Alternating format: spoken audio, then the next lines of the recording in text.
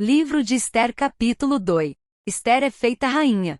Mais tarde a raiva do rei já havia passado, mas mesmo assim ele continuava a pensar no que Vasti havia feito e no decreto que ele havia assinado contra ela. Aí alguns dos seus servidores mais íntimos lhe disseram: ó rei, mande buscar as mais lindas virgens do reino.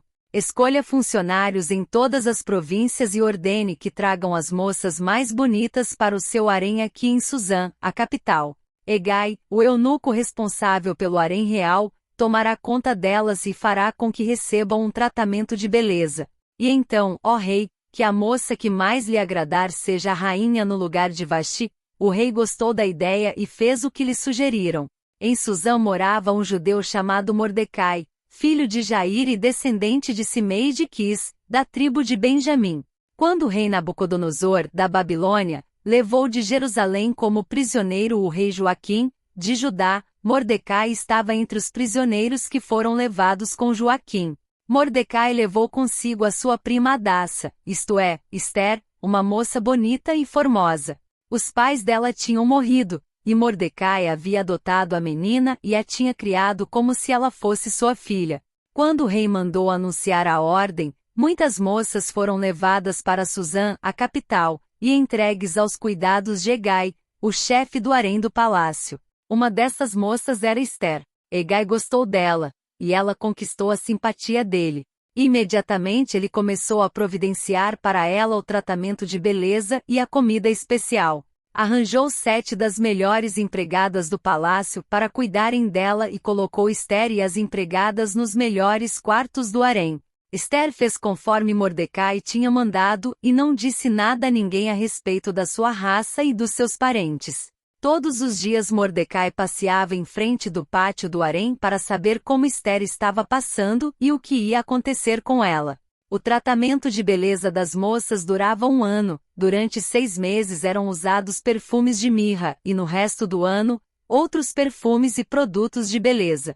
Terminado o tratamento, cada moça era levada ao rei Xerxes. Quando chegava a sua vez de ir do harém até o palácio, cada moça tinha o direito de levar tudo o que quisesse. À tarde, ela ia ao palácio, e na manhã seguinte ia para outro harém, e era entregue aos cuidados de Sasgais, o eunuco responsável pelas concubinas do rei.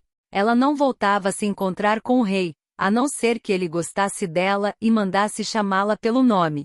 Chegou a vez de Ester, filha de Abiail e prima de Mordecai, a moça que Mordecai tinha criado, a moça que conquistava a simpatia de todos os que a conheciam. Quando chegou a sua vez de se encontrar com o rei, ela levou somente aquilo que Hegai, o eunuco responsável pelo harém, havia recomendado.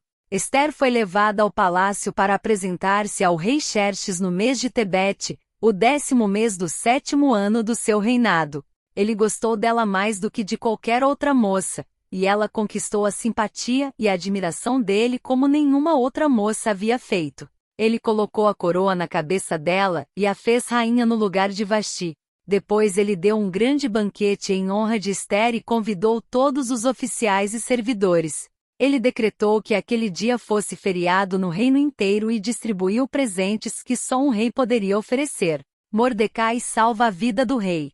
Durante o tempo em que as moças estavam sendo transferidas para o outro harém, Mordecai tinha sido nomeado pelo rei para ocupar um cargo no governo. Seguindo o conselho de Mordecai, Ester ainda não tinha dito a ninguém que era judia. Ela continuava a obedecer a Mordecai, como tinha feito nos tempos de menina, quando ele a estava criando.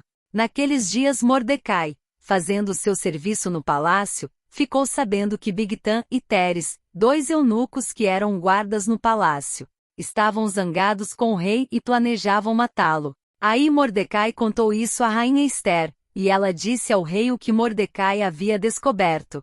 Houve uma investigação, e descobriu-se que era verdade, então os 2 eunucos foram enforcados. E o rei ordenou que fosse registrado um relatório sobre isso no livro em que se escrevia a história do reino.